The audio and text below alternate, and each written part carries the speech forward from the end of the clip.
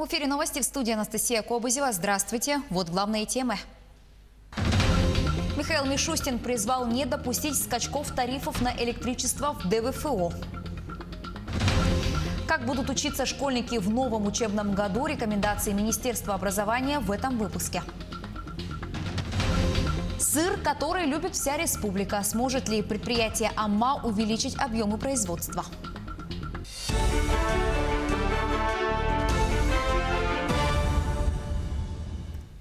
Продлить снижение энерготарифов для бизнеса в Дальневосточном федеральном округе до 2028 года предложил премьер-министр России Михаил Мишустин. Вводятся дополнительные механизмы, которые позволяют лучше учитывать интересы потребителей. Неизменные энерготарифы останутся для малого и среднего бизнеса, для потребителей, которые работают в Торах и свободном порте Владивосток, а также в других территориях, перечень которых позже будет утверждать правительство России. Для остальных потребителей в подготовленном законопроекте предусмотрены сроки, в течение которых тарифы будут постепенно доведены до экономически обоснованного уровня. Михаил Мишустин попросил Министерство энергетики до 1 сентября внести законопроект в правительство на рассмотрение. Правительство Якутии оплатит 75% расходов при переходе с централизованного на индивидуальное газовое отопление. Правда, сделают это только в пилотных населенных пунктах Чурапчинского, Горного и Вилюйского районов. Об этом рассказал министр промышленности и геологии региона Максим Терещенко. Программа будет действовать до 2024 года. Возмещать будут затраты на строительство газопровода, приобретение оборудования, его установку, подключение и монтаж. При реализации проекта жители республики сэкономят на коммунальных услугах до 3000 рублей в год, а экономия госбюджета превысит 1 миллиард рублей после 2024 года. Сегодня в рамках рабочей поездки в Оленёкский и Эвенкийский национальный район Айсен Николаев проведет в селе Оленёк совещание о стратегии социально-экономического развития арктической зоны Якутии. Об этом сообщил пресс-секретарь руководителя региона Афанасий Ноев. Стратегия социально-экономического развития арктической зоны Якутии разрабатывается с 2018 года. В ее обсуждении приняли участие ведущие федеральные и региональные научные эксперты, общественники, органы власти и жители арктических районов республики. Министерство образования и науки Якутии разработало рекомендации по организации учебного процесса в условиях пандемии в новом учебном году. Всего будет 5 моделей. Они определяют, в какой форме будет проходить обучение очной или заочной, а также сколько будет смен в школах. Все подробности у Саргаланы Неустроевой. Министерство образования и науки республики разработало методические рекомендации по организации учебного процесса в условиях пандемии в 2020-2021 учебном году. Исходя из общих санитарно-эпидемиологических требований к особому режиму работы образовательных организаций в условиях распространения коронавирусной инфекции, для организации образовательного процесса были рекомендованы 5 моделей. Первая модель организации образовательного процесса предназначена для малокомплектных школ и подразумевает следующие условия: выполнение всех часов учебного плана в очном формате, обучение в одну смену, сохранение длительности урока, отсутствие деления класса на подгруппы, закрепление за одним классом одного кабинета, расположение за партой одного обучающегося, индивидуальное время начала и окончания учебного урока для каждого класса. При составлении учебного расписания необходимо учесть время для проведения проветривания и обеззараживания учебных кабинетов.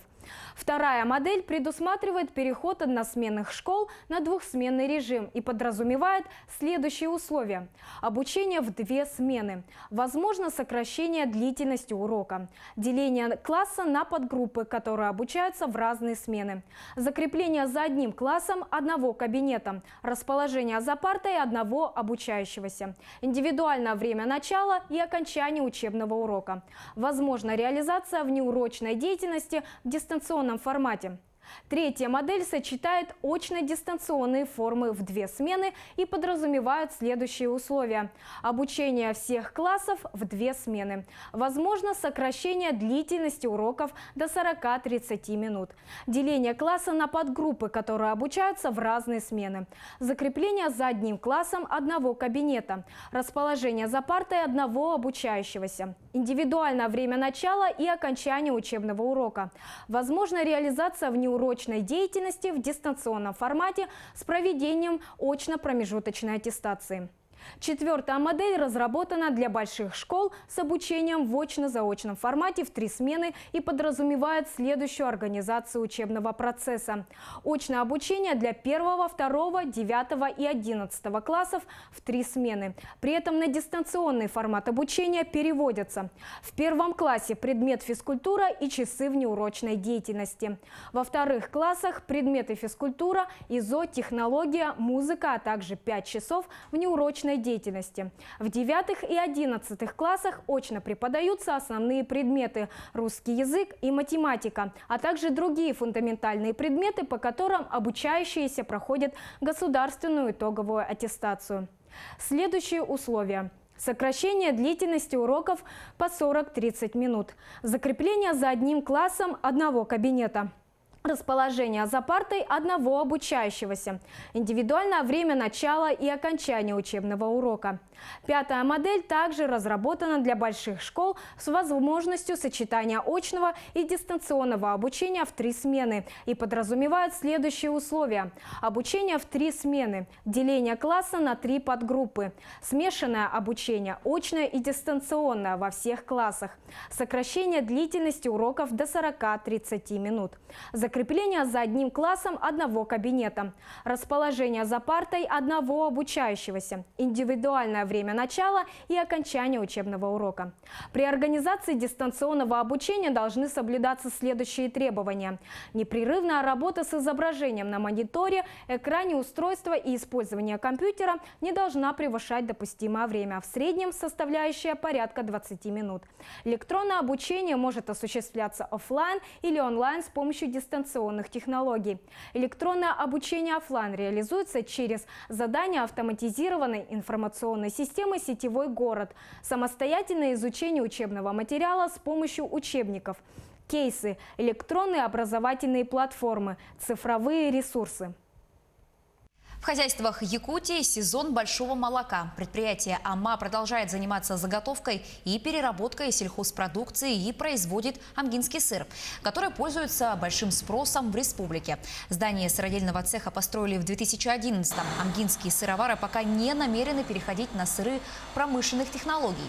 Местный натуральный сыр дозревает 40 дней. Продукцию быстро раскупают как в Амгинском районе, так и в Якутске. К сожалению, пока мощность оборудования не позволяет удовлетворить растущий спрос, сейчас в холодильных камерах может храниться максимум 4 тонны сыра. Для увеличения объемов производства предприятие планирует увеличить площадь хранилища и обновить материально-техническую базу. Нынче у нас уже 7-й сезон. Мы начали со 100 килограмм. План у нас был, сейчас уже у нас планы 8 тонн. Уже мы сделали больше 7 тонн. Еще у нас 2 месяца мы должны сделать больше 10 тонн. Это у нас сыр по голландской технологии, сыр амгинский из лугов амгинского пастбища. Здесь у нас 2 смены работает. Это в смену тонны молока. Из них примерно выходит 100 килограмм сыра. В день мы 200 килограмм примерно делаем.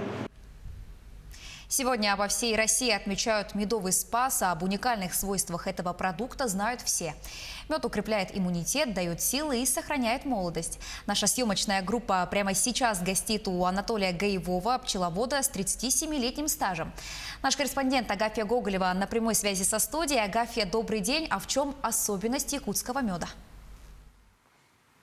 Здравствуй, Анастасия. Наш якутский мед – это прежде всего экологически чистый продукт. Его основные отличия – это высокая жирность и обилие глюкозы. О полезных свойствах расскажет фермер Анатолий Гаевой. Полезность и свойства якутского меда очень большая. Даже китайцы вцепились за наш якутский мед, потому что он полезный. Печень, почки, сердце, гипертония, дистрофия, малокровие, циститы, простата, суставы и глаза. Такого букета, как в Якутии, нету. Есть за наш якутский мед на международной ярмарке золотая большая медаль. Наш якутский мед очень полезный и содержит много витаминов. Обилие, это говорит о том, обилие это у нас растет очень много полезных ягод, такая как смородина, черная, красная, шиповник, голубика. И все эти полезные свойства идут в наш якутский мед. Поэтому приобретайте наш мед. Анастасия, тебе слово. Агафья, спасибо. На прямой связи со студией была наш корреспондент Агафья Гоголева. Добровольцы Алданского района впервые получили официальный документ, подтверждающий их статус. Книжки волонтера вручили активистам в сфере культурно-массового сектора. Все подробности у Руслана Павлова. Добровольческое движение в Алданском районе активно начало развиваться с 2011 года. Именно тогда первые добровольцы-помощники приняли участие в организации и проведении Бардовского фестиваля «Берег дружбы». И закономерно то, что первые книжки волонтера вручены активистам культурной сферы. В период сейчас пандемии, которая сейчас идет у нас по всему миру и по Алданскому району, конечно, от волонтеров зависит очень и очень много. Поэтому, конечно, я хотел бы поблагодарить вас за ваш труд, за ваш бескорыстный труд на благо всех нас и прежде всего алданского общества. С каждым годом волонтерское движение растет и ширится. К нему примыкают люди разных социальных слоев, возрастных категорий и вероисповеданий. У нас достаточно разный контингент работает вместе с нами. Это и педагоги, и психологи, это и студенты, и школьники. И причем у нас есть и младшие школьники, которых мы тоже привлекаем, хотя они еще не достигли того возраста, чтобы называться волонтером. Но тем не менее мы подготавливаем контингент себе заранее. И поэтому это те ребята, которые помогают нам организовывать социально-культурные проекты. Книжка волонтера сродни трудовой. В ней обозначаются не только персональные данные, а также проекты, в которых участвовал человек, и даже часы, которые он на это потратил. Кроме того, книжка имеет идентификационный номер, который внесен в российскую базу волонтеров. И там заносится личный ID, номер, регистрируется волонтер, ему присваивается личный ID-номер, по которому его можно, в принципе, отследить. Этот волонтер может присоединиться к любому мероприятию. Как волонтер, там есть такая вкладка «Готов помогать». Книжка волонтера служит еще и приоритетом для участия в федеральных и зарубежных проектах, таких как спартакиады, олимпиады, крупные культурные мероприятия. Да, у меня есть в дальнейшем планы, то есть я сейчас буду поступать в университет, я там собираюсь идти в волонтерское движение, собираюсь продвигаться и выбиваться именно на Россию, чтобы участвовать в волонтерстве по России. В основном по спорту, потому что я иду учиться на учителя физкультуры. Первая дюжина волонтеров получила свои документы и закрепила официально свой социальный статус. Практика будет продолжена, и вскоре все добровольцы Алданского района получат такие волонтерские книжки. Руслан Павлов, Сергей Шипачев, Алдан. На этом все. Оставайтесь с нами.